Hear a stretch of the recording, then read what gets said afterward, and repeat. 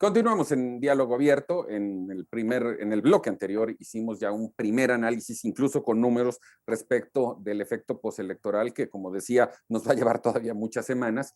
Felipe señalaba antes de irnos al corte particularmente lo que pasó en la Ciudad de México, que sí, la primera interpretación es que esto le pega en el eje de flotación tanto a Claudia Sheinbaum como a Marcelo Ebrard. Básicamente estamos hablando del tema de la línea 12 del metro. Yo creo que hay muchos más factores que explican lo que pasó en la Ciudad de México. Creo que sí hubo un abandono del gobierno federal, a lo mejor porque estaban en zona de confort, porque consideraban que era su zona, digamos, de voto duro, masivo, más importante, pero la realidad es que, y un dato más, del 45% promedio que vota normalmente en esta intermedia, votaron el 52%. Cuando vota más gente, Pepe no me dejará mentir, siempre es en contra del gobierno. Y creo que la Ciudad de México y parte importantísima del Estado de México, que es su colindancia, se pintó del color de la alianza opositora, y creo que esto sí va a tener un reflejo muy importante hacia adelante, pero no creo que el presidente lo vaya a dejar pasar de aquí en los próximos 3 años. Veremos ahora al gobierno federal volcarse en esas zonas, y sigo pensando que la extensión territorial que ganaron con las gobernaturas les va a dar una perspectiva muy importante para la elección presidencial. Pepe. Creo que lo que dice es importante y también lo que dice Felipe. Y yo me regreso a este punto que calaba Felipe, el factor local en la elección. Se esperaba que tuviera Morena y sus aliados más de 300 diputados, alrededor de 315, era la estimación más modesta, y resulta que tiene nada más 275. O sea, hay una pérdida, y esa pérdida se explica por las decisiones electorales con las elecciones locales. Es decir, la gente que vota por los candidatos de la oposición a Morena en las presidencias municipales sobre todo, y que terminan votando por el mismo partido en las demás elecciones. Ese factor es el que hizo que se perdieran para la causa del oficialismo más de 30, 40 curules en la Cámara de Diputados. Eso por un lado. Pero por otro, regresar a los datos del resultado de la elección. Es muy interesante cómo hay estas dos megafuerzas, 43% números cerrados para Morena y sus aliados contra 40% de PAN, PRI, PRD y sus aliados. Pero ese 7% que se llevaron el PES, redes sociales progresistas y Fuerza por México, ¿por quién hubieran votado de no haber existido? Si esos electores eran anti-Morena y no tienen esas opciones, ¿por quién van a decantarse en el 24? Y ahí puede estar el resultado de la presidencia de la República. Hay que estar muy atentos, porque va a ser esto muy probablemente una lucha entre dos mega coaliciones, dos mega fuerzas que se representen, como en el caso de Estados Unidos en la elección de Biden contra Trump, o lo que estamos viendo nuevamente ahora en Perú y en muchos otros países. Es decir, ¿no?, dos fuerzas que se chocan de frente, que ya no hay terceras opciones, terceras vías, y esto está de pronóstico reservado. Yo coincido contigo. La gran pregunta es, en ese momento, ¿con quién van a jugar el Verde y Movimiento Ciudadano? Porque faltan 3 años y no está garantizado que ninguno juegue para nadie en este momento, pero esa visión la comparto totalmente, Pepe. Vamos a llegar al 24 con dos opciones, con dos grandes fuerzas. Felipe. Sí, y retomo esta idea de Pepe, los dos grandes bloques. Anteriormente en las elecciones, las experiencias que hemos tenido son 3 fuerzas, 4 fuerzas electorales que están jugando ahí, que lo vimos cuando fue la campaña de Fox, que aparecían 3 fuerzas fundamentales, lo vimos en las siguientes elecciones. Hoy tenemos solamente 2 bloques, y hablo de bloques precisamente por estas coaliciones. Sí. Y esto, a final de cuentas, habla también de una narrativa y de un discurso que se ha venido acuñando y se ha venido decantando a lo largo de 3 años, polarizado entre buenos y malos, entre fifís y chairos, entre esta y la Ciudad de México lo vimos. O sea, hay muchísimos factores, pero lo vimos polarizado electoralmente. Igual en algunos otros municipios o ciudades también, o distritos, se va a ver esta polarización.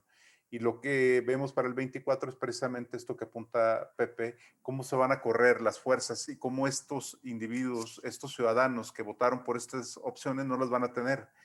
Van a tener que elegir una, o la abstención también puede ser la otra, que también puede ser algo importante. Fíjate que no he revisado todavía el nivel de abstención, no sé si Pepe lo traiga, pero sería interesante ver el nivel de abstención que hubo en los distritos, no nacional, sino ver cómo se compuso regionalmente. Y eso va a ser interesante también, porque vamos a ver la fuerza de lo local con lo nacional. Y ahí es ahí donde la elección del 24 es una elección nacional, ya no local. Sí, totalmente. Es una elección nacional que además, como estamos pensando, va a confrontar a las dos grandes fuerzas. Yo tengo mis dudas qué va a pasar con el Verde y con Movimiento Ciudadano en ese momento. Me queda claro que en la coalición del PAN, del PRI, del PRD, quien propondrá al candidato será el PAN porque es el partido que conservó más espacios. Habrá también que ver la lucha de vanidades de los dirigentes de los partidos. En fin, esto apenas empieza en el entendido que la sucesión presidencial empezó el lunes. Pepe. Sí, y yo no quiero dejar pasar ciertos eventos que ocurrieron dentro de la elección esta del domingo pasado, en donde a nivel regional, a nivel local, en poblaciones del área suburbana de este país, y lo vivieron, y yo lo viví con mis encuestadores, es decir, no me lo cuenta nadie de fuera, ¿no? Si fue mi propio personal, en donde grupos armados, aparentemente de la delincuencia organizada, operando y comprando el voto, ¿no? Y además, y no solamente este tipo de grupos, sino también grupos políticos francamente agresivos en contra de los encuestadores, corriéndolos con violencia, amenazándolos con lincharlos, porque pues ahí había gente repartiendo dinero, ¿no?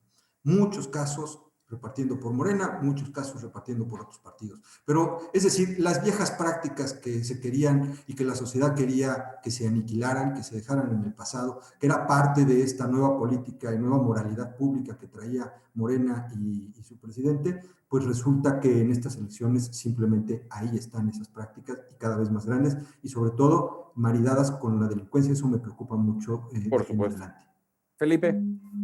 Sí, y ese fue un actor adicional en las campañas y en la elección en algún momento aparecieron, que fue el tema del crimen organizado. Es decir, vimos unas campañas electorales donde había candidatos asesinados, donde hubo también, pero la mayoría opositores, la mayoría de los candidatos opositores fueron víctimas de la violencia.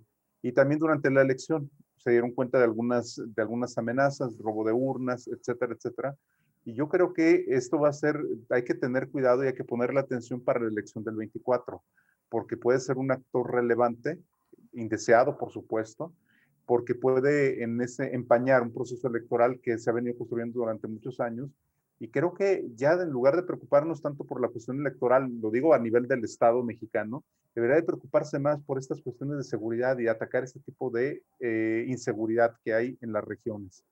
Porque se habla siempre de la cuestión electoral, pero cuando se habla del tema de violencia dicen que no, que es una percepción. No, no es una percepción, es una realidad. Y en ese tenor creo que no debemos soslayar este factor que Pepe señala, que son los grupos delincuenciales organizados que estuvieron desde Sonora hasta Quintana Roo.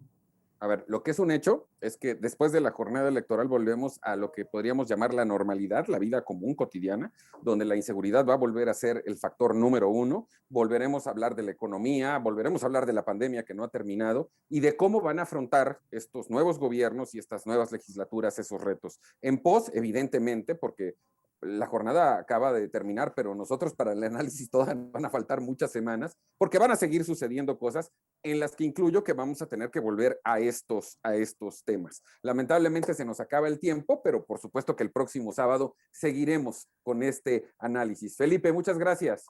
Muchas gracias, Memo, Pepe. Un buen sábado para todos. Pepe, muchas gracias. Gracias, Guillermo, Felipe, a la producción también y a todo el auditorio que tengan un gran fin de semana. Y los veo aquí el próximo sábado para que continuemos con este profundísimo análisis de la elección y de lo que viene. Gracias.